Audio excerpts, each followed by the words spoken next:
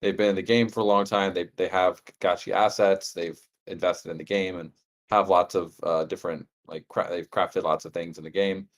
And these new players who have zero reputation and are coming in and kind of just doing some of them are picking up a bunch of Alchemica and then leaving.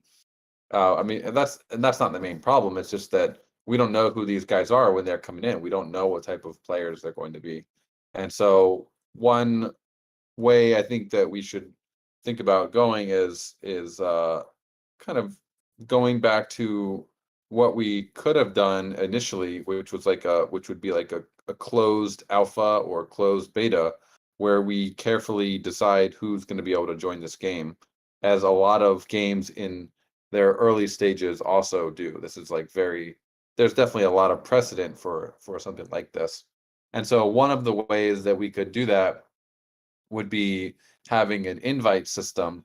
And that invite system would basically be an NFT.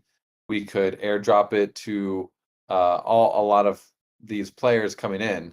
And so one mechanism for airdropping could be giving it to these trusted community members, guys that have already been in the game for a while. We know to a certain extent who they are. They've invested in the ecosystem.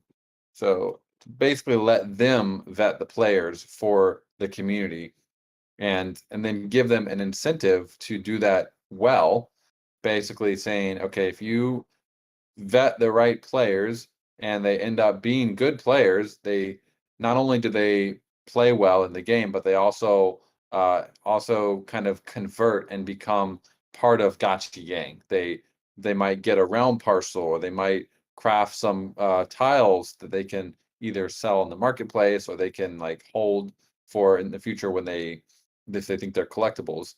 So basically just some sort of conversion activity. Those would be considered like those they would be valued higher in the scale of things. And then the members who handed out the invitations would get more invitations, so they could continue inviting more people in the next round of these invitation airdrops. So that's the general gist of it. Very cool. So it Yeah. seems like it kind of starts out with, looking at trusted members in our community, whether they're guild managers or, like you said, well-known Gotcha Gang members who are, managing their scholars. They're allocated a certain amount of these cartridges. That's like the first tier that gets dropped, and then those guys give those cartridges out to the scholars, who then, if they manage their cartridge well, they're not engaging with bots, then they get a second airdrop of another set of Mhm. cartridges. And then also on the side there, you also acknowledge that people who have been crafting installations or upgrading installations, would they be included as well, like in addition to crafting Yeah. tiles and all that? Yeah. So one thing I didn't mention was on the scholar side. So these cartridges, they would have a certain amount of charge when we first gave them out. Probably we could it could be configured, but most likely it would be somewhere in the range of 30 to 60 days. And that once that charge runs out, they would basically need to get another cartridge from another patron, the person who gave them the cartridge to begin with, or we would have basically a system where they could be airdropped more charge for their cartridge based on their on-chain metrics. And so that's how the scholars could continue playing, like without having any discontinuation from their gameplay. So it would kind of how much charge they receive would also kind of be based on their conversion into the ecosystem. So it's kind of like a free to play 30 days. If you do some sort of conversion into the ecosystem, you show that you want to become part of Gachi Gang, then you would get more charge for your cartridge. If you don't do that, and but there's a patron who believes that maybe you're close to converting, or you're worth continuing to support, they could obviously give them another cartridge. But we could say, well, you didn't really convert, so you wouldn't get any more charge for your cartridge. And so the other part of it is that Gotchi owners and Realm owners would not need cartridges to play. They would basically be they already have shown investment in the ecosystem, so they wouldn't need anything. And the question you were asking there was something about sorry, what was you? I think you answered it. You know, I was just basically Okay. asking what were the criteria basically for getting a cartridge and who would need to use the cartridge. So you basically Oh, said, right. yeah, you said basically Yeah. if you own a gotchi, you own assets in the game, then this is not really going to be applicable to you. This Yeah. is someone who owns no assets in the game, who's grinding out Alchemica as a scholar, like a very entry point, very low level entry Mhm. point into the game, and making sure that people coming into those low level entry points actually want to move up to the higher tiers of ownership where you own assets and eventually a gotchi, and rather than having the more I guess extractive player, where they're just dumping everything and turning it into fiat or um, die or whatever they're gonna do with it, but it's just taking value out of the ecosystem, not really putting anything back in. And you made a good point yesterday with what this channeling UBI was meant for initially. It's to essentially attract, like bootstrap, the player base to get more people involved Mhm. in the actual ecosystem who are going to stay and become future gotcha gang, right? Yeah, I mean, I view the Alchemica at this point as in the forum I gave an example of using Google Ads. And so if you use Google Ads for say you have yoga pants that you're trying to sell, and uh you basically, when you're setting up the campaign, you target it towards 50-year-old men. It's like, okay, you can spend your money on that. Google's going to take your money, but you're not going to get any value out of it because you're in the wrong demographic. And so what we're trying to do here is basically attract the right types of players that we want in this game. People who are they're gonna play the game, they're gonna get excited about Aavegotchi, and they're gonna end up converting into some of our NFT assets. So that's kind of the mindset I'm coming from when I think of um like, I'm not worried. It's not that they're dumping Alchemica, it's that if we have assets for them to convert into and they're not interested, then they're it's kind of like we're targeting the wrong people, right? That's where my mindset is. Yeah, I hear you on that. It has to be targeting the right relevant people and not rugging genuine people who want to actually that are excited about the game but maybe don't fully understand how to level up. That's where the guilds would come in and say, hey, you know what, it's probably in your best interest to take some of that alchemica, turn it into something, craft something with it, and then at least you'll have your cartridge get airdropped to you, right, for next time around. And I think if they Mhm. understand that, there's a strong incentive there to actually convert some of your alchemica. And then Yeah. the other thing is you built a really cool tool to like track scholars and see how much actually is being removed from the market. So Mhm. that could be another tool that could probably be used, right, when you guys are looking at um, like who deserves these cartridges. It almost seems like a franchise. It's like a franchise system, where Yeah. there has to be. Yeah. And Go ahead. it's like the criteria is what this is where the rubber meets the road a little bit more, where we have to think about what are the criteria. Say that we, for example, said, all right, we're gonna give out 15,000 invitations in round two. We have 15,000. That's a fixed number. One criteria would just be to look at like we could just basically do a simple leaderboard. Who crafted the most? Of all the non-Gotchi owners, the non-Aavegotchi asset owners, who crafted the most? And then we could just dole out NFTs based on, or invitations based on something like that.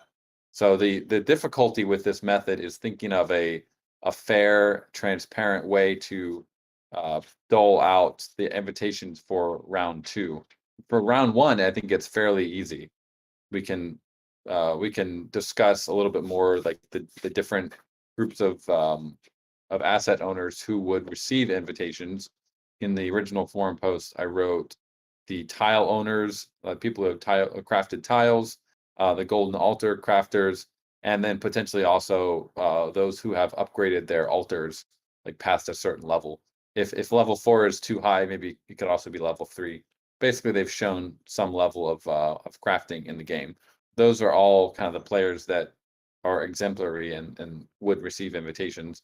But where this method gets a little bit harder is with round 2. Like, how do we want to classify like a conversion? What would be the base amount of crafting for a conversion?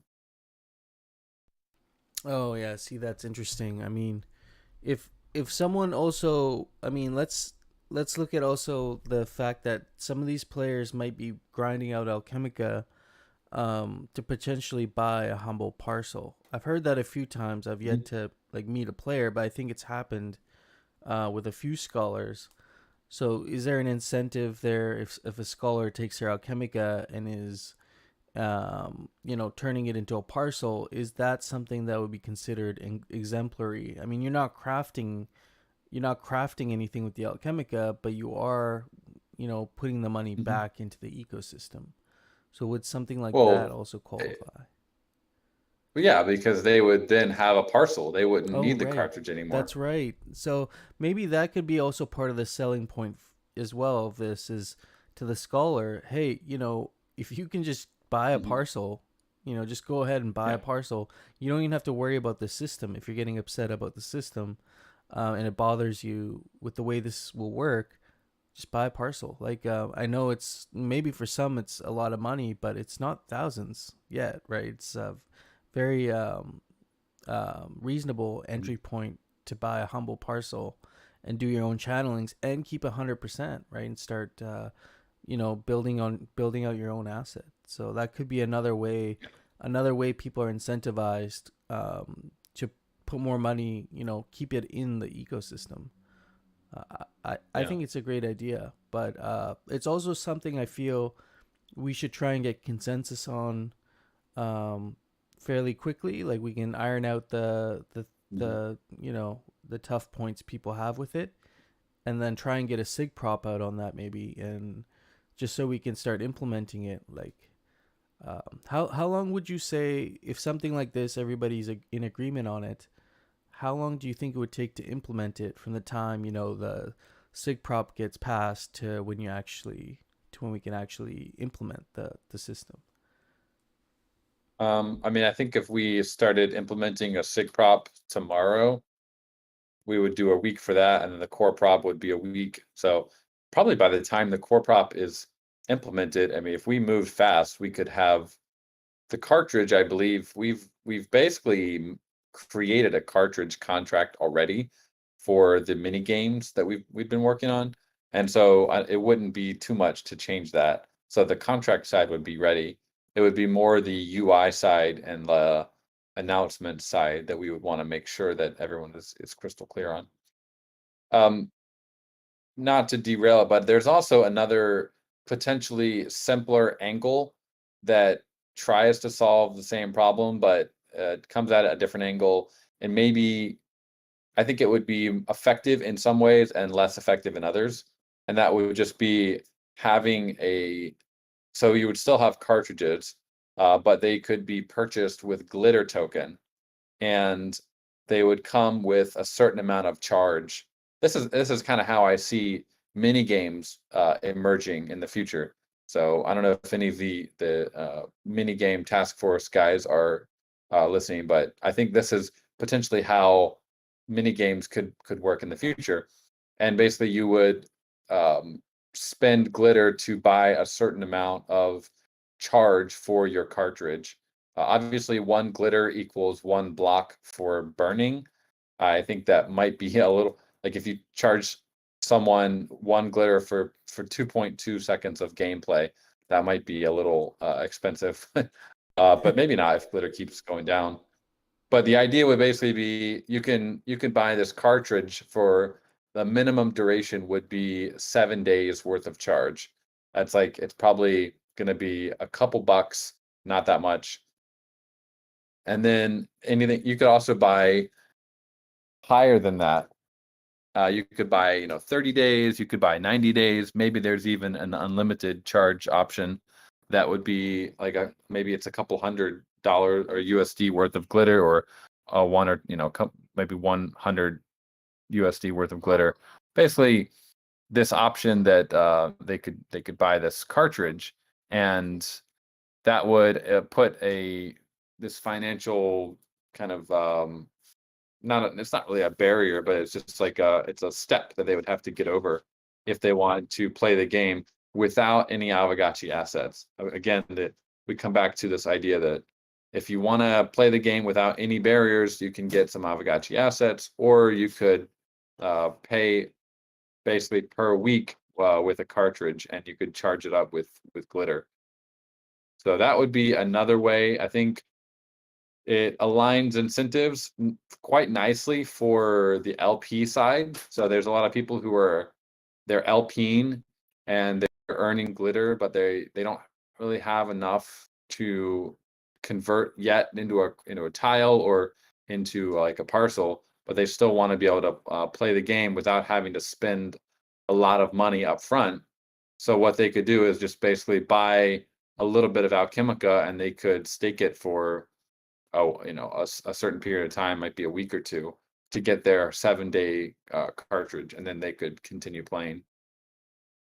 Yeah, I mean, that option sounds it sounds good. I mean, another thing I think of with this glitter purchase system is if the guilds themselves see exemplary players, they could give them the glitter to go get the cartridge if the player for whatever reason has no, some of these people are in very poor countries. I don't know at what level this would cost them or how much it would cost them, but if it was like that extreme scenario where it's like I do not have like literally anything to purchase this, but I'm a great player, you know the guilds themselves could also manage some of that, the cartridges through that system, and say, hey, look, here's some glitter for your first cartridge.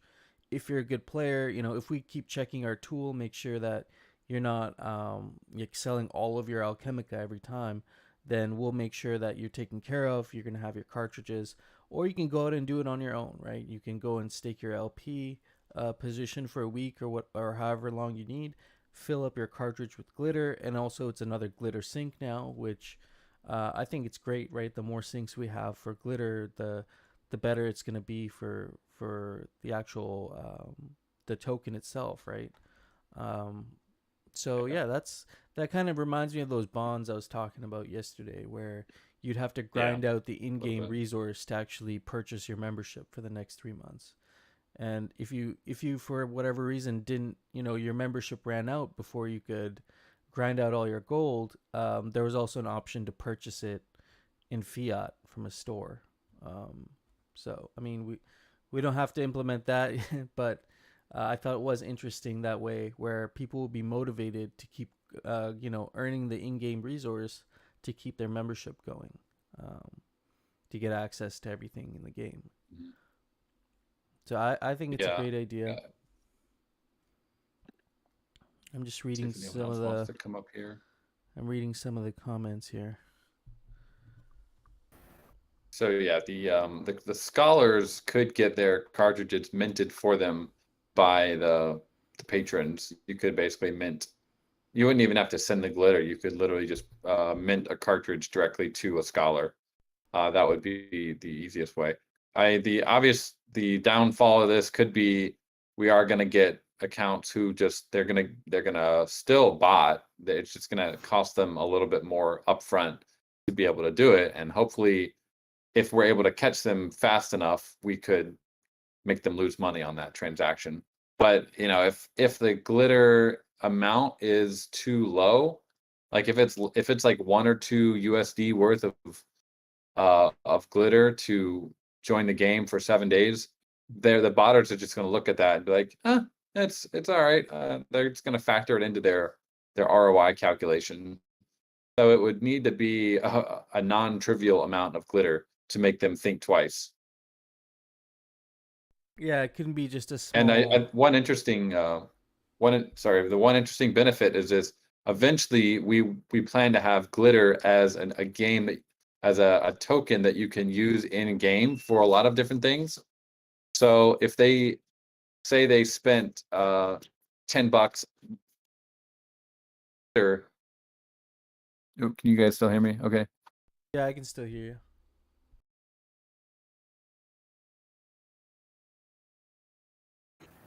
You muted yourself. There you go. There's damn AirPods will just turn on randomly. So when you mint this cartridge, we could then give you some glitter. We could give them some glitter in the game that they could then spend on in-game purchases. It would already be counted towards their balance. So that would be, it's not like they're spending it and they'll never get it back. They would get it back. They could just use it in game for stuff. Oh, that's pretty cool. Yeah, that would be interesting because then that allows them to get more involved with the ecosystem too, without being like Mhm. like you said, we want to avoid the stick method as much as possible, but also incentivize people strongly to make sure that they're looking at this as a game and not just a way a way to create some stable coin money and dump it on a centralized exchange. Yeah, I thought the um, cartridge method is interesting, and if you take away all the labels, it seems like it's almost a gotcha in itself. In that, when you pet, if you don't pet, it just drains down, and you have other non-sellable intangible variables inside it. Like, in a gotcha, there's XP, Mhm. and in the sense of a cartridge, you know, the intangible could be rep. You can't sell it off. Now, you could sell off, I guess, the NFT, and that'd be like selling your franchise in a way. But you can't sell the But NFT. You can't sell a cartridge. They're not okay, so a transferable. cartridge, it wouldn't have a transferable. It'd be sort of soul bound, if you will, and non-transferable. Yep. Yeah. Once it's in their Okay. wallet, they can't transfer it. Okay. So I guess it would have, you know, parameters in it like we have in our gotchis now, like, kinship that can be hurt or drained if, from bad actions. And XP, which only goes up, which, would be called whatever in the cartridge, that is based upon the person's interacting with, the system itself and is, you know, I guess upgradable, when you hit different XPs, you can upgrade your levels and stuff like that. So it's interesting that the cartridge sort of has a metaphor like a gotchi in that sense of intangible things that can drop away or decrease from inactivity and things that are rewarded for, you know, better activity or better actions in the verse. Yeah, the cartridges are kind of they're we've been thinking about them for a while, and one thing to note about a cartridge is so the charge would be something that's on chain. So if I give a cartridge 30 days of charge, no matter if they're in the game or not, that charge is still going to be going down block by block, basically.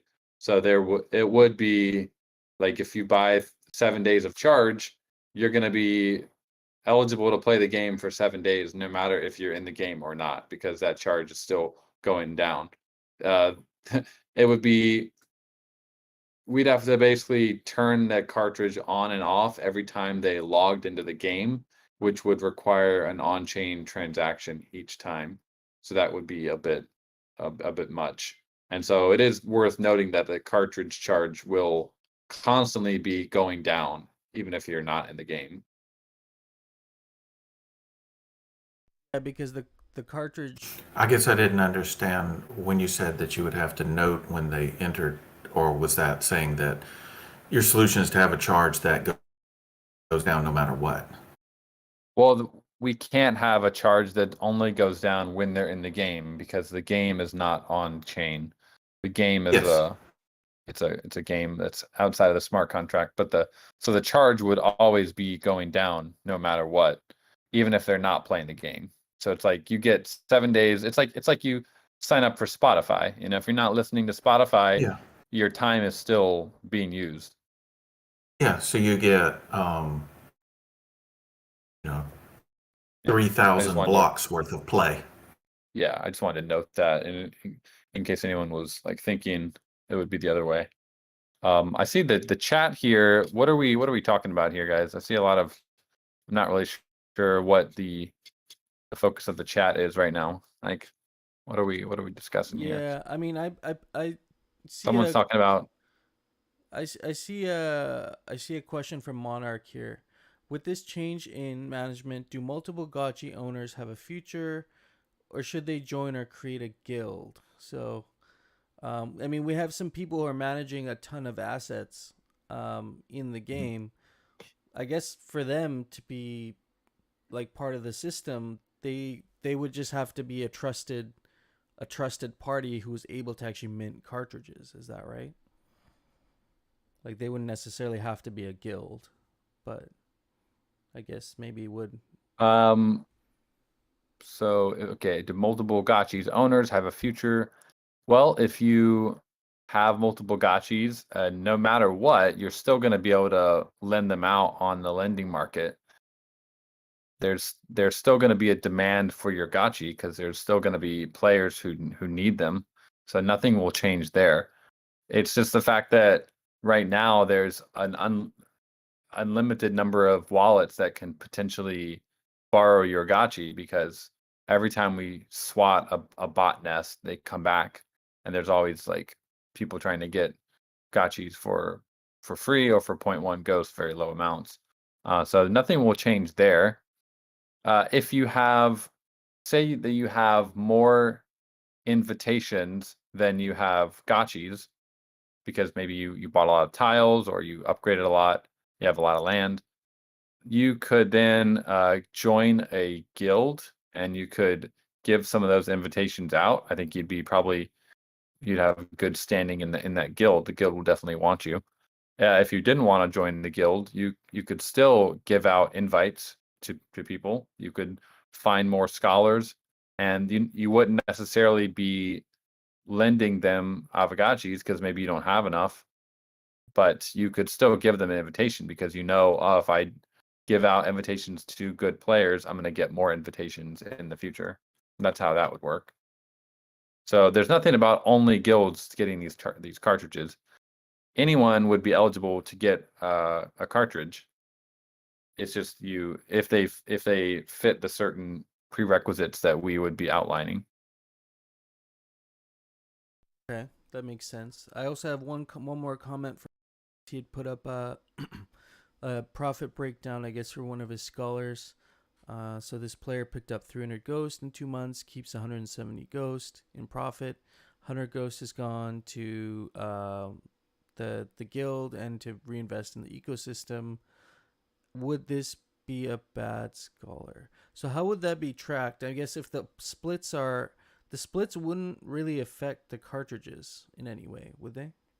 Like what sort of splits or what sort of revenue share agreements you have with the guild? I don't think so. Yeah. So he's saying they picked up 300 ghost. It sounds like 300 ghost worth of Alchemica. Yeah, worth. It doesn't sound like they didn't sell it from Alchemica to Ghost. In my opinion, as currently the knowyourscholar.com does not show Ghost, and the trades that you've done from Alchemica to Ghost, mainly because when I add in Ghost to that, like the amount of queries goes up exponentially because there's a lot of especially for older wallets, it gets very complicated. So for newer wallets, it's pretty simple, and we can definitely add that in. But I'm working on some other queries that will make it easier to see that kind of data. But I wouldn't consider selling Alchemica to Ghost necessarily extracting, because you're still keeping it. If you then take that Ghost and you sell it to fiat, then you're basically taking that value out of the ecosystem. So that would be counted as selling, and that would be part of your extraction percentage. Now, if you take that Ghost and you buy a parcel with it, obviously you're still in the ecosystem. So it's not that hard to track all of that on the blockchain. It takes a lot of querying to do that. It's a lot of different queries that we need to set up. But so he says, if the player was to sell their earnings, would this be a bad scholar? And again, we're not saying that they're bad for doing that. It's if they sell 100% of it, well, I mean, it's not going to help their score. They're not necessarily a bad scholar because maybe they need the money for that month. They need to do something, but they plan to reinvest in the Gotchiverse next month. They just weren't able to do it this month. So I'm not saying they're good or bad people or good or bad scholars. And a model scholar, in my opinion, would be someone who is able to earn a certain percentage and also able to kind of reinvest a certain percentage every month back into the ecosystem via crafting or buying a parcel. But they're not bad. Yeah. Yeah, I mean, ultimately what we're trying to address, I guess, is a few things we're trying to address here. The first issue is the bots, right? Just the automation of picking up Alchemica everywhere. And then the second thing is the players who are intentionally just taking all their Alchemica and dumping it and taking the money out of the ecosystem. I think those are the two main issues that we have to address, right? And you know, giving the guilds and player, like the asset owners, some of the power to manage some of this, I think could work well with the cartridges and minting with glitter and whatnot. Just trying to see. I think Choina had a question. If you, where is this? How does this affect me if just lending my gotchis from my cold wallet to my hot wallet? Does that make is that gonna be? Yeah, I mean, one, you're probably, if you're an OG, you're probably already gonna have some cartridges anyway, because you'll probably get airdropped them. And I think someone mentioned you could just transfer a parcel to that wallet if you wanted. That wouldn't, obviously that's probably not ideal, but most likely you'll probably get a cartridge anyway. But this also mean that like you would whitelist or not consider bad if someone just was interacting with the Aavegotchi exchange, not like QuickSwap or something, but if they were interacting with the Aavegotchi's exchange system, it gets set up inside Aavegotchi, that it'd be like, oh, that's fine, you're staying within the system. If there was a way to sort of incentivize that over to sort of say, as long as you're staying within that, we won't punish you for saying going to Ghost from your Alchemica because you're doing it on the Aavegotchi exchange site.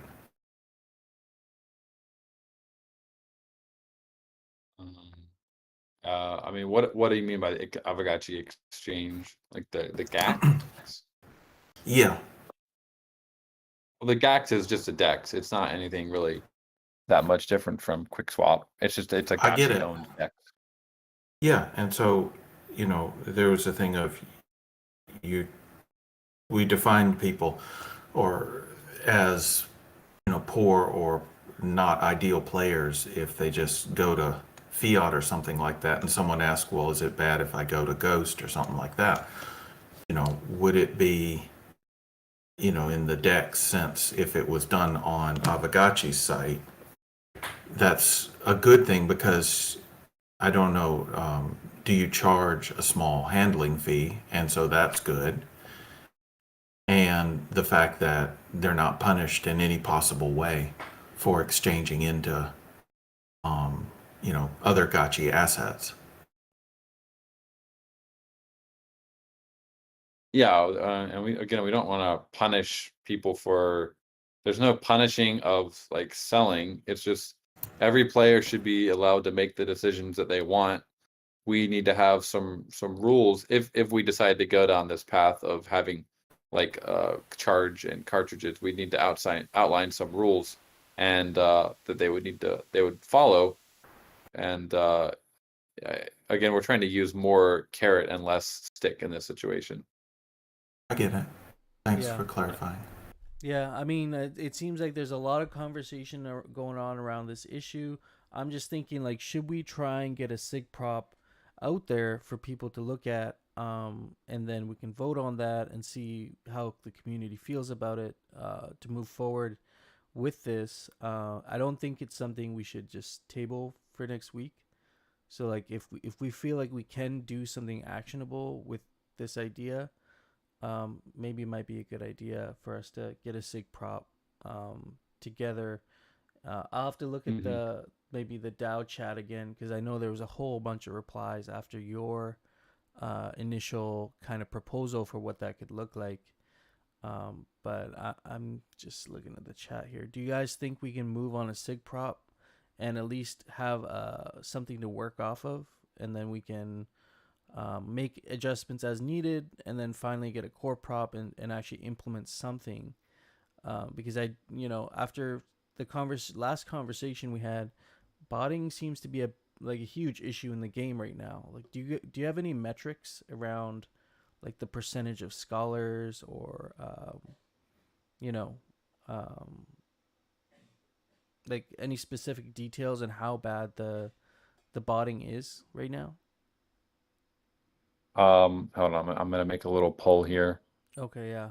Yeah, Quincy, I agree too. We need to hammer out the guidelines to get one first. I agree. Um, Here, let's see. Dan's got a poll going on We here. got the cartridge, we got the glitter, and we got the none. So I mean, invite only cartridges. We'd have to be clear about the rules for round 2. That's the complexity of that proposal. Glitter purchased cartridges, I think they would be kind of a simpler implementation because we would just say probably going to charge maybe 5 to 10 USD worth of glitter upfront, to basically impose an economic cost to the botters. If they get caught, they wouldn't be able to get their funds back. So that's the nice part about that one. It's a little bit simpler. We don't have to think about rules about rounds and things like that. But it might not. It doesn't go any sort of any trust mechanic, so it might be a little bit less effective at keeping out the bots. I think going back, I raised my hand initially because I wanted to comment on what Monarch was talking about. I think his main concern is essentially that he has a lot of gotchis to lend out, and he won't have enough people to lend them to. So personally, if we do go the invite only route, I think the best way to do it would be at minimum to give one for every gotchi as well. In my opinion, at least. Mm-hmm.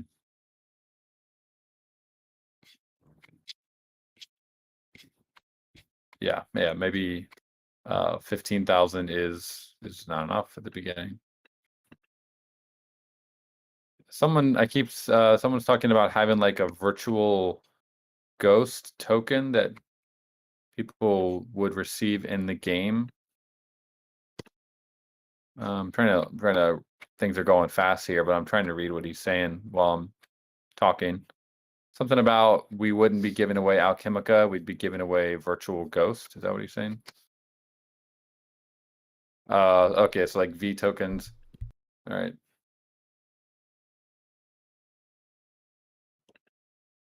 Virtual So they'd be token. earning non-transferable versions of Alchemica. Is that pretty much? If that's the case, is there any way that whenever a borrower uses the gachi, instead of receiving Alchemica directly, can the Alchemica maybe be paid out in friends?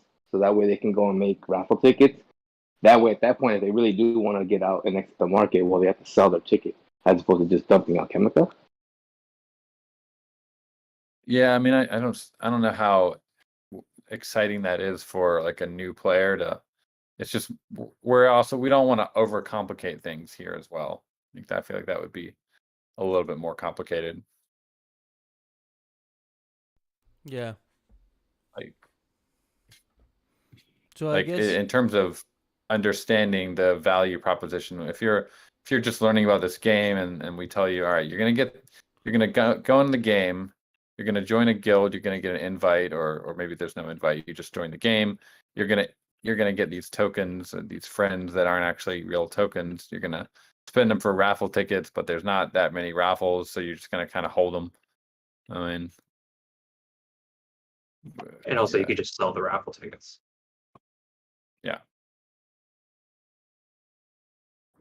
okay. Well, I guess, mean, go ahead. yeah. Sorry. I think the bots are definitely something we want to handle as soon as possible. I'm not really that worried about the overall Alchemica and the tokenomics. I think they're still very strong. It's just we want to make sure. What I keep reiterating here is that we're looking for players that we want. Players are looking for a game that they want, and we're looking for players that we want. And we're using Alchemica as a budget kind of to attract those type of players. So we should be cognizant of that and have correct rules that we believe will help guide those type of players to join our game. Yeah. Yeah. Exactly.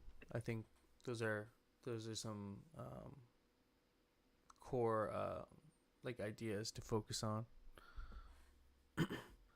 So I guess for now, with this, as far as this issue goes, we should keep moving on it in the DAO forum, and hopefully try and come to consensus on something we can move to a sig prop, and then hopefully we can get this issue worked out like in the next couple weeks.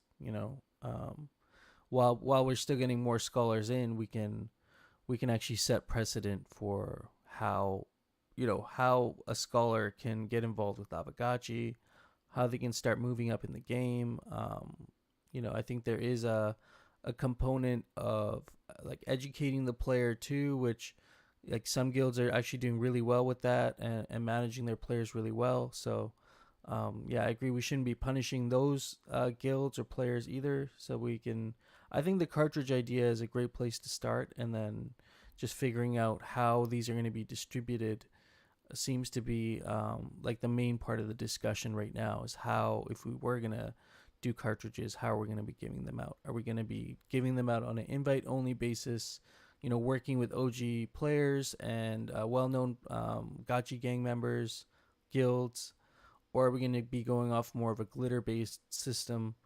That seems to be what needs to be clarified, but we definitely have other things that we want to cover, and I know we are kind of at a halfway point. So if you guys are good with it, I'd like to maybe move on to some of the other topics we gotta cover for today. I mean, I kind of just want to reiterate, because I've seen many people say like we shouldn't be telling people what they want to do. Like, this is a completely new space. Just because Fortnite didn't tell you what you could or couldn't do in their game, like, doesn't mean that when there's so much direct real money involved, that shouldn't be how games treated going forward. Yeah, it's a marketing budget, and our goal as a community should be to find players who are going to join the community and add value to it. Otherwise, like, why would we be trying to get a bunch of new players to come in? They're just So going to what- come in and like take value from the economy and lower everything. Doesn't really help that much. what value does someone who comes in and takes 100% of their earnings and just like switches it to USDC, our player count goes up? Like that doesn't really do much for us. The idea is that the Alchemica that the argument that people have made is that well I don't sell all my Alchemica from the split. The Alchemica that you would have gotten from the split, someone else within the ecosystem who owned the Gotchi would have gotten that Alchemica. So that point is kind of moot. Like it's about the split that the player gets and how much of that split that they're taking out of the ecosystem.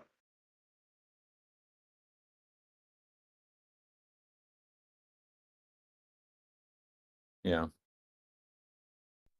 Yeah, I think we should move it to the DAO form and get the little details of it worked out so we can move to SIGProp. I want to move on to the next thing, which is the channeling timer. Kind of ties in with this a little bit, but this is to address that 8 p.m. Eastern, I think it's 8 p.m. Yeah, 8 p.m. Eastern reset for gotchis, and potentially changing this to a system where you can select your time from when the 24-hour timer is going to start. Maybe you get one free one, maybe you don't, but then there's going to be a glitter mechanism there as well. Potentially, you can spend some glitter, and you can set your time for that specific time, because we got to be mindful of all these different time zones. And maybe there's a certain subset where this is going to be a quality of life improvement for them, because they don't have to get up at 4 a.m. anymore to do their channelings, or optimally do their channelings, because that's like the Gotchi happy hour right now, where you get a whole bunch of Alchemica that gets dropped around a specific time. Maybe that could be a lot better if people can choose their own times. It might be good for the distribution of Alchemica while people are channeling. So maybe we can get some thoughts around that, move the discussion to that now, and see if we can come to consensus on some of these things. The SIGProp's already out, Quincy was saying. Yeah. So I guess we just have to get that to a core prop then. Post SIGProp for paying such. So it is posted. That was my bad. I didn't realize that was already posted. And I think the main one is going to be setting a time, like a personal limit, right? For each gotchi of a personal channeling window. Personal channeling window. For multiple. I have a question about the. Sorry, I was just going to say, I have a question about the actual implementation of it. Would it be possible if, say, someone had like 20 gotchis, would they be able to choose a time for all those gotchis at once, or would it be would one be at like 10 a.m., the next one would have to be like 10:01 a.m., 10:02 a.m., or could I be like, I want all these gotchis to switch my time to 10 a.m.? Yeah, I mean, we'll have to add some sort of option to probably Aavegotchi.com. We'll add an option there where you can, like recently we added the batch access rights to the parcels page, so we'll probably have to add something similar for the gotchis. Where you'll be able to batch set the channeling window for all of them. Okay, because it would be kind of annoying if each one had their own time. That was each one a minute later because you had to log in, do something in game, and then you have to log into the next one, do something in game. If you could just switch them all, obviously it would be a fee for each one, but still switch them all at once and have them all set at the same time. That would be ideal, I think. Yeah, I see a few options in the main SIGProp here. Allow players to set unique window reset time for a small glitter fee, and then revert to original 24-hour cooldown system as described in the Gotchiverse Bible. So the SIGProp that was actually proposed didn't include that vote. Yeah, so I don't know. Are there two different SIGProps out right now? Because someone posted a link, and that's not this one that we have in the mirror board. So what happened was we were working on one collectively, and then someone just posted one by themselves. And that's where we're at. So that's fun. Leroy Jenkins. Okay, so I mean, so he didn't include I thought it was fine as it was. He just didn't include the Gotchi ID. But you're saying he actually didn't include one of the options that was proposed? There was debate in the thread whether that option should be included at all or not, and he decided to not include that option despite it being an option in the one that was being collectively worked on. And I mean, it's up for debate whether that option should have been there or not.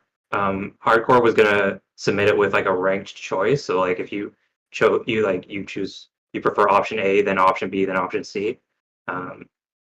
But yeah, he just went rogue and just posted his own without. Well, what talking if to anyone. I mean, the DAO is a place where technically anyone can propose anything.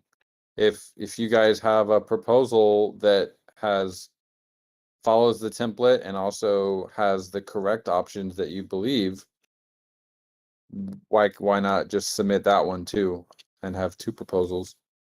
I mean, But like I said to you, I'm not super versed on how the DAO works and all the procedures and whatnot, but um, I'm not sure why someone didn't. Snapshot says it's a copy paste. That's interesting. Yeah. I mean, the one we're addressing yeah. today has 3 options. The one that's on the Miro board has option A, B, and C. So, I mean, that is the one on Snapshot that only has 2. The one that's actually posted only has 2. Yeah, but this is the proposal we're talking about here today. Is I mean, this should be the SIG prop if it's not already.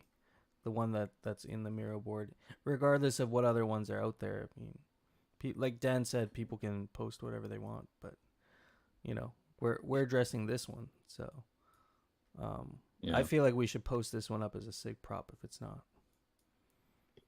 I mean, I guess there's no rule in the rule books, but this, because we've never had this situation, maybe it would be a situation where whichever one receives the most votes becomes the canon, the accepted option, the accepted SIG prop for that. I don't know. It could be a slippery slope. The reason why I don't think this is necessarily an issue is because I don't think that the option that was left out is going to win regardless. Yeah. Because it was like in the original vote to switch it, it was the one that's being left out is to switch it back to the way the Bible worked, and that was the one that got crushed in the initial vote. So I don't think it's going to win regardless, but I mean, I don't know how we want to handle this.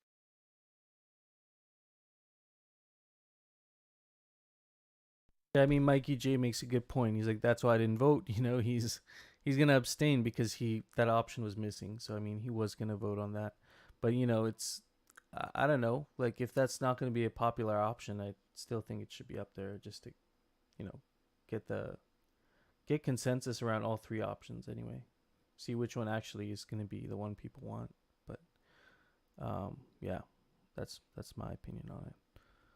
Either way, we need to come to consensus on the issue, right? Which is the reset time. Why didn't the original poster just like delete it and repost it with the correct information? I would be speculating, but I don't want to speculate. But there was some drama that went on. Let me put it that way. I mean, he's just like, there's no downside to removing it and reposting it, because from my perspective, like, we have a template that people should be following. You're supposed to include your Gotchi ID.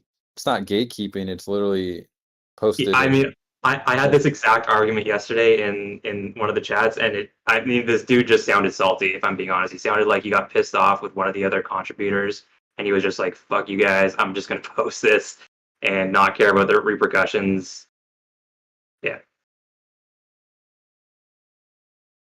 Well, he should contact me if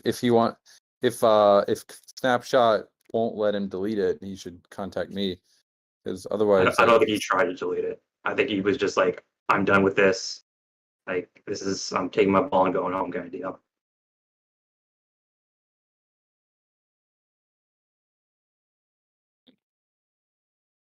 I mean, we've never had that situation happen before, but we basically need to come to consensus on the issue. That third option, I guess, should be there. It just doesn't really make any sense why someone would just remove it. But we need to come to consensus on the issue, right? So how are we going to do that? Are we going to, use this SIG prop? The one, in my opinion, the one on the Miro board is the one we're discussing today. and it's also more detailed than the one that's up there right now. So in terms of like describing the issue and pointing out the 3 options available, this one is just a well put together SIG prop. The other one, just, I don't even know if it's really following the template. So I don't even really know if that the validity. He just wrote this. He wrote this SIG prop. Is this in the mirror board somewhere, like the text from it, or did he just kind of improv on that too? From what you guys everyone was discussing. I think hardcore. The text he posted, it cuts off at risks. I'm trying to like post it on on Snapshot, but it cuts off at risks. Shouldn't it have the voting option? Like I said, I've never actually posted one of these, but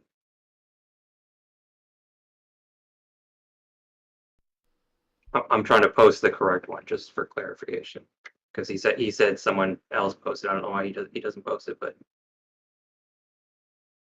yeah, okay. I mean, so aside from the SIG prop issue, what do people think about the channeling time? Where are we sitting with that? Are we going to be burning some glitter to reset your time to custom time, and then it's 24 hours from that point on? Do we want to do a 24-hour cooldown system that was described in the original Gotchiverse Bible? Curious to know what people's thoughts are on that. Or retain it with global reset at midnight UTC, which I think a lot of people have said that that's probably the least desirable option. I agree, because we have to. That's the issue. We got to address that. So yeah, definitely want to see what people's opinions are on that. Just read the comments here. So yeah, some people are saying choose your own time, no cooldown. Okay, 24-hour cooldown. Mikey J, revert to OG Bible. No futuristic, doesn't care either way. Yeah, okay. I mean, we need to get consensus on it. Maybe once we get an official SIG prop out, we can vote on it. That's as much as I have to say about that. Do you guys have anything else to add around this issue?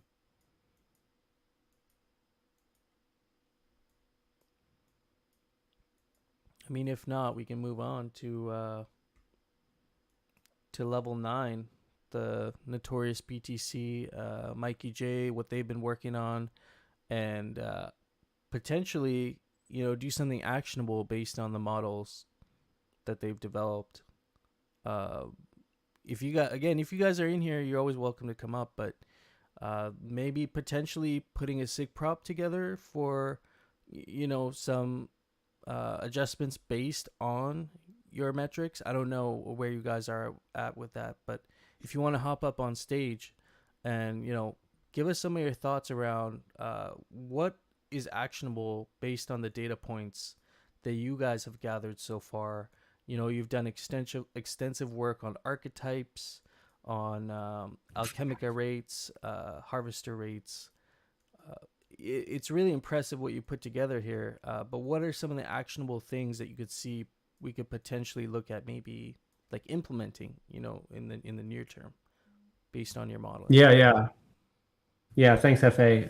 Notorious couldn't be here this morning or today, but I can just quickly summarize where we're at. I think we do at this point have 3 pretty distinct and all, viable in their own way options for moving forward with the harvester recipe. I could just quickly summarize the options. I put a link in the chat with the Google Drive folder that has basically all of the details of everything I'm about to talk about. So for anyone who wants to kind of dive deeper into the numbers, you can find everything there. But basically, just going back over what's changed since we talked about this last. So after releasing the initial report last week, we realized there were some issues in the parcel supply Alchemica numbers we were using. So we corrected that. And that did change things a little bit. Not the general thrust of them, but it changed the exact details of our recipe suggestions a little bit. So we updated recipe B based on that. And then also we received an updated recipe A from Let's Go Bankless and the Pixelcraft team and we were able to rerun the simulations with that updated recipe A. We also made some updates to the way that the simulations run for smaller parcels, because as I had said last week, the smaller parcel numbers were a little misleading only because the bots were really just being a little too aggressive with upgrading the altar and the maker on smaller parcels. So we sort of made the bots a little smarter, whereas on smaller parcels, they limit themselves to lower level altars and makers, sort of in proportion to the parcel supply. So it makes for a more fair comparison between parcel sizes. So of the 3 recipes options that we have now, so there's an A, a B, and a C. The C is new for this week, and I'll talk about that in a second. But there's 2 fundamental ways in which the recipes differ. So the first way is whether or not they offer diminishing returns as you upgrade your harvester or increasing returns. So what I mean by diminishing returns is that in the current recipes and also in recipe A, at level 1, you get a big benefit at a low cost. When you upgrade to level 2, you get a little bit less benefit at a little bit higher cost, and so on and so forth up the levels. And this is generally true for most installations, if not all installations in the game. And our feeling was that this works okay for installations like the altar and the maker, because you're only limited to 1. So you sort of have no other choice if you want to keep going but to upgrade.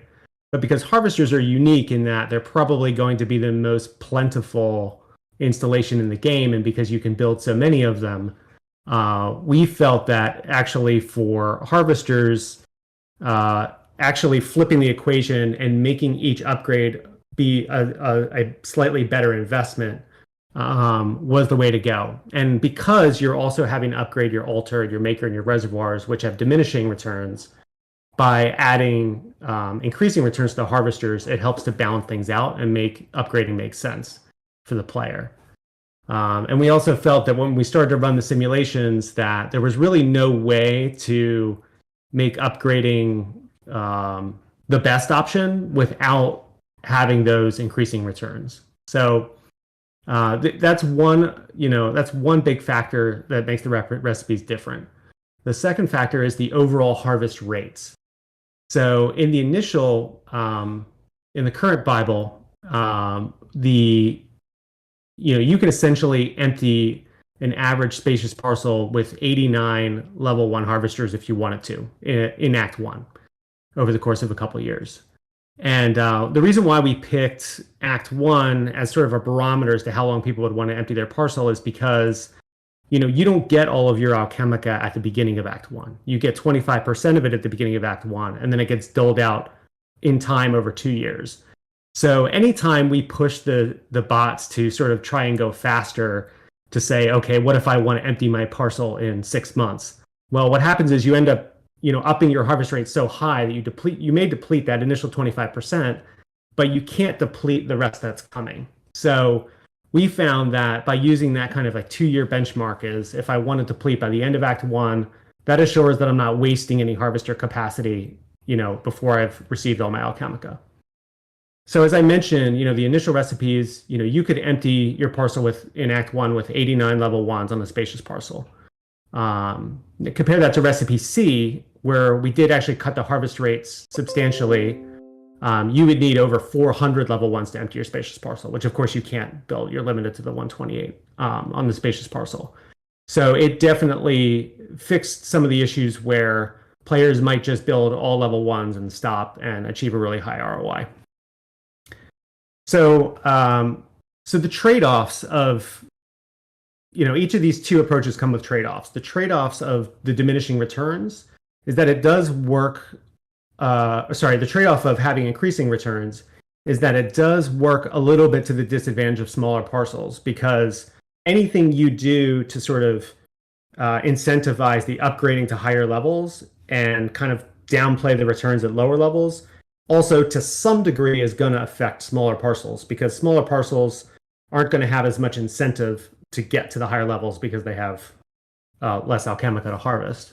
So that's the trade-off there. The trade-off on lowering the harvest rates is that, so the good side of lowering the harvest rates is it helps balance the upgrading and the expanding, crafting new level ones. But the trade-off there is it lowers the player's overall return. So when we lower the harvest rates, it's just going to lower everyone's ROI, everyone's return across the board. So with that, just to summarize, recipe A keeps the increasing returns as the original buy build does, but it does bring the ROI of upgrading closer to the ROI of building out and expanding. But it's still pretty clear that in this strategy, most players would choose to basically fill their parcel with L1s before upgrading. But it does at least ensure that the upgrading is not, the upgrader doesn't just totally get wrecked. It's still a viable strategy, but I think a knowledgeable player who studied the mechanics probably wouldn't choose it. Recipe B has the increasing returns, and it goes a little further towards making upgrading a little more attractive. But it's sort of limited by the fact that it's sort of limited by the cost of the maker and the altar, in that it brings those strategies even closer, but it never gives you a time frame in which the upgrader kind of takes hold and sort of does better. So then what we added this week was a recipe C, which basically further reduces the harvest rates. And the way we paid for that was to essentially reduce the cost of the maker, which helps bring the ROI back up closer to the ROI that was originally intended by the original recipes. And the reason why we looked at lowering the maker cost is we looked at the cost of the maker in comparison to the cost of the altar, and saw that the cost of a level 9 maker in the original recipes is twice the cost of a level 9 altar. And we just felt that seemed a bit excessive given the value that the altar presents compared to the value that the maker presents. So that's kind of why we saw the maker as the best place to kind of cut costs to make recipe C make sense. And actually, I think it had a lot of positive side effects for balancing the smaller parcels, in particular the reasonable parcel as well. So that's kind of the full kind of scope of where we're at right now. I think these are options that are pretty much could be ready to vote on. Notorious and I were talking this morning to discuss. I think that one question is whether or not to present all three options, or whether it makes sense to present two or one or what. So we still need to figure that out, and I'll kind of leave that to Notorious. My personal feeling is that recipe C presents the best option at this point, but I'm open to taking any questions or answering any questions about the recipes, or hearing any concerns that anyone might have. Yeah, well laid out. I have some little inferences people could take from this. I think recipe C was the model where farming would basically, in a sense, from if I got this right, would be based more on targeting your reasonable and your larger spacious parcels for farming, because there would be maybe a slight disadvantage towards the smaller parcels, like a humble parcel, for example. Am I on point there with that? Was that recipe C? Yeah, all three recipes actually hurt the humble parcel a little more than the current rules, but it kind of depends on how you look at it, because what I would say is that on a humble parcel, I actually don't think the upgrade or expander is probably not the best approach. I think most players on a humble parcel are actually going to do more of the low level or even the single alchemica, like we put the FUD maxi low level ore, who can still earn a very, very good ROI, even if their overall profit is going to be low. They can invest just a little and get a very good return on what they do invest. Right. Another point to mention from your models was, in a general sense, if you're going to be going the low leveler route, your return on your initial capital, your capital investment initially is going to be smaller, but you get that back sooner. But it does take you longer to get that alchemica extracted from your parcel. Whereas if you have the upgrade ore, the one who aggressively upgrades their installations, there is a significant amount of time before you get your initial investment back, because you're sinking in such a large amount of resources initially into your infrastructure, right? Yeah. Yeah. And just to go back to the reason why, I mean, having these upgrading and expanding being balanced is important is because, upgrading uses glitter, upgrading burns glitter. And I think upgrading also, again, like just like you just said, because you can get a little bit more out of it, but you have to wait a little longer. It just encourages reinvestment of the game, and it kind of like entices people to stay in the game rather than just kind of be happy with the profit they have and just cash out, So, actually, one other thing, Harambe mentioned this, and this should really be said because a couple people have asked me about this. These strategies are not meant to be presented as, hey, this is the best you're going to do. There's definitely ways that the bots could improve on their strategy. But our goal was really to look at two bots that take kind of opposing views of upgrading and expanding and make sure they're balanced.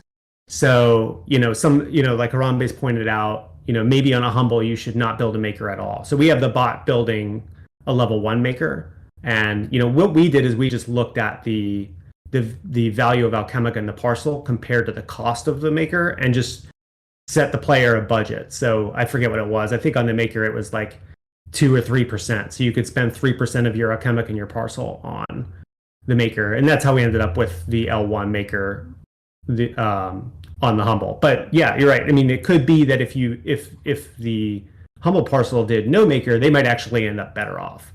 So there's room in here for individual players to like find their own strategies that suits their own their own play style. And these are certainly not the maximum returns that you could potentially see. You could potentially see higher returns. Also, we did not look too much at optimizing reservoir, because reservoirs have a lot to do with how often you want to empty them and your labor costs and things like that. So that's going to have a lot of impact on the return players actually see as well. Yeah, very interesting. And then was a part of this model addressing the spillover radius and the spillover rates? Is that part of this model? Yeah.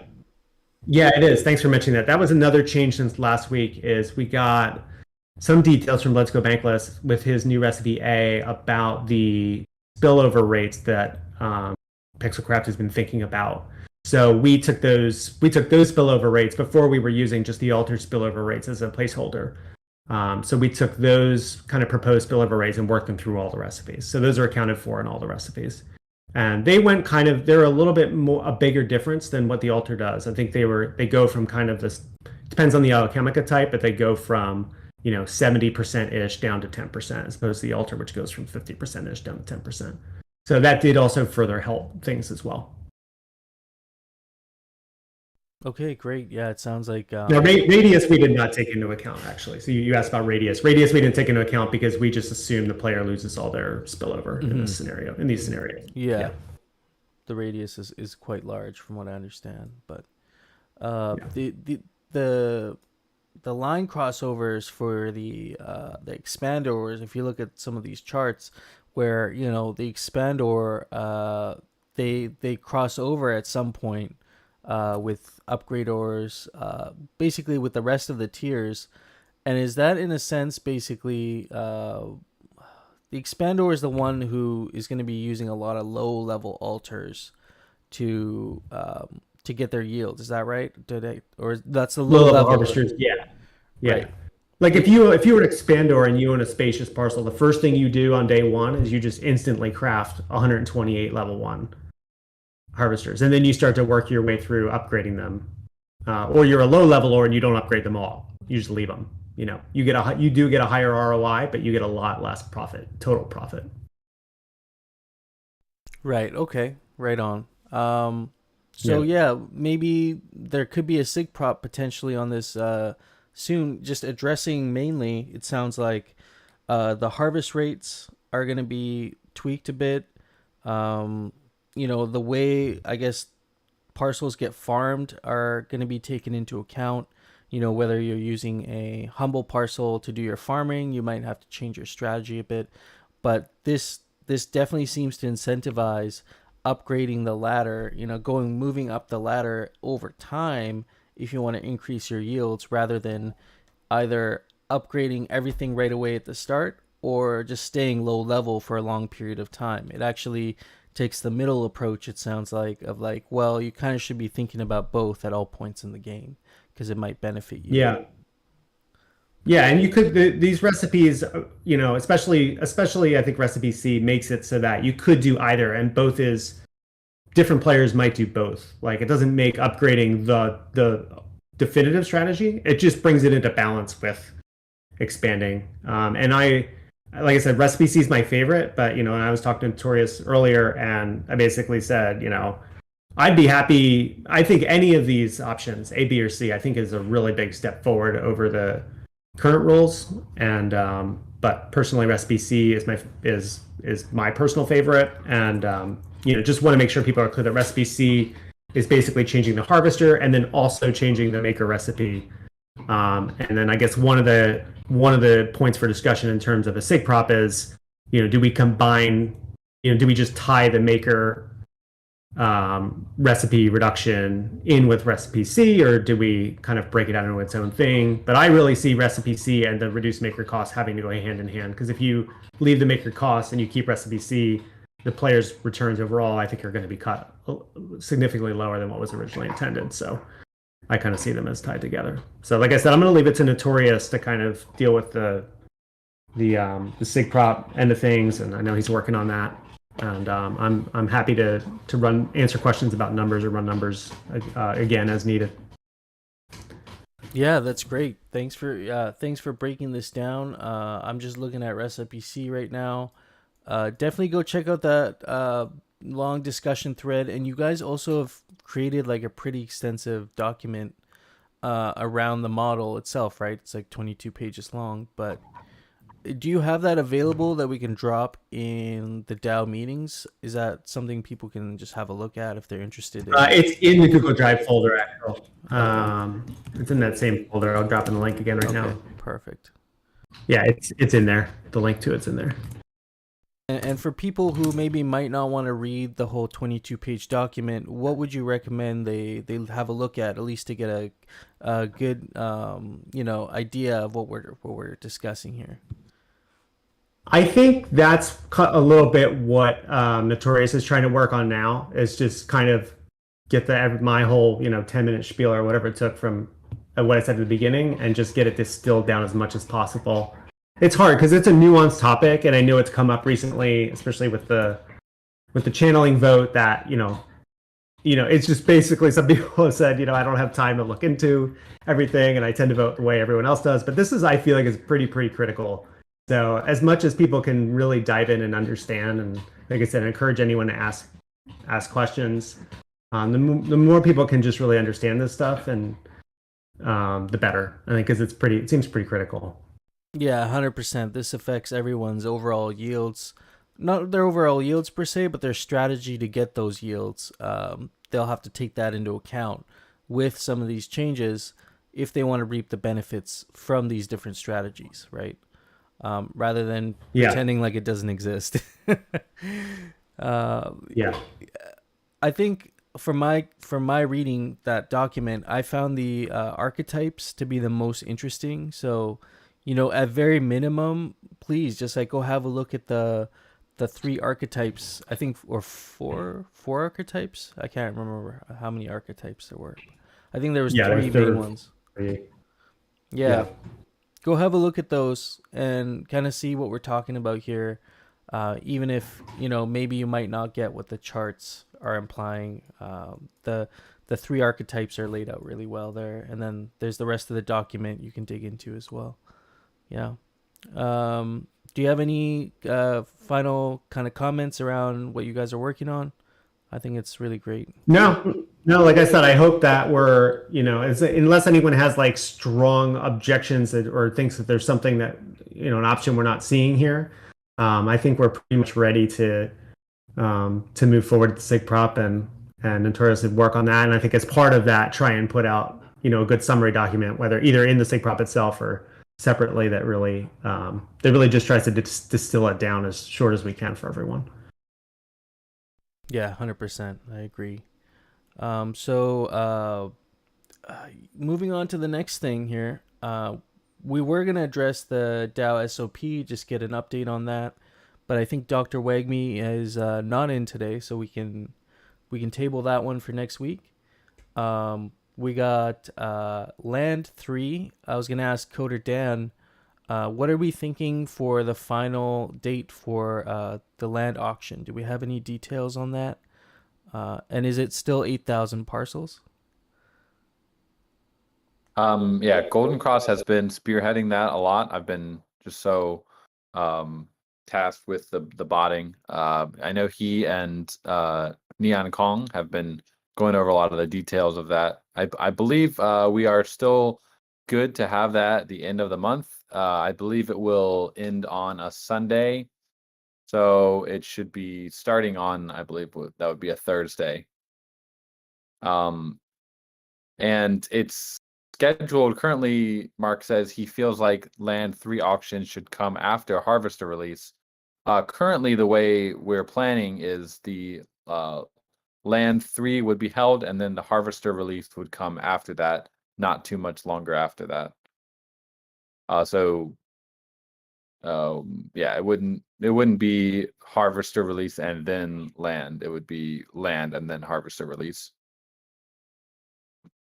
Okay, good to know. Yeah, I know Golden Cross yesterday, the hangout was saying potentially the last weekend of the month, so that would put it at, if it does happen for that, it would put it at I think the 25th of June potentially. Yeah. So very cool. And are we still thinking 8,000 parcels? I think that's what was in the prop, right? The core prop. I think so, yeah. Yeah. I think that is, yeah. Okay, right on. Raffle? Do we know how many maybe are going to be in the raffle, or is that still up, being debated? How many land parcels we're thinking? Last time it was, I think it was 30%, right? So I don't know. Was that in the SIG prop? I'd have to check. Yeah. But if it wasn't, then we'll just do what we did last time, which was, I think Yeah. it was 30%. Okay, right on. I'm just knocking these out right now. How much more of your time do we have today? We have I got a little bit more. Okay. Okay, yeah, I see in Dr. Wagner's proposal, he does, so we do have that covered. Sweet. And that would fund you for, I guess, what is turning up to be potentially Rarity Farming Season 4 here. Yeah, I mean, I did have that jotted down. What time frame are we thinking for that? Like a couple months out, maybe, or maybe sooner? I don't know. I guess it'd have to be after the auction at least. Yeah, it's yeah, it would be need to somewhere in July or August if this proposal gets passed, and it's going to be funded. So as long as there's funds in the DAO for it, I think it can be done. Yeah, right on. Yeah, another little thing here. Do we have Thunderfish in the house? Is he in here? I know you've been away for a little bit, but if you want to come up and talk about your wearables, that's been tabled for the last couple weeks. Apparently, there's a wearable set bug, and I see that on the mirror board. Hardcore has laid it out. Yeah.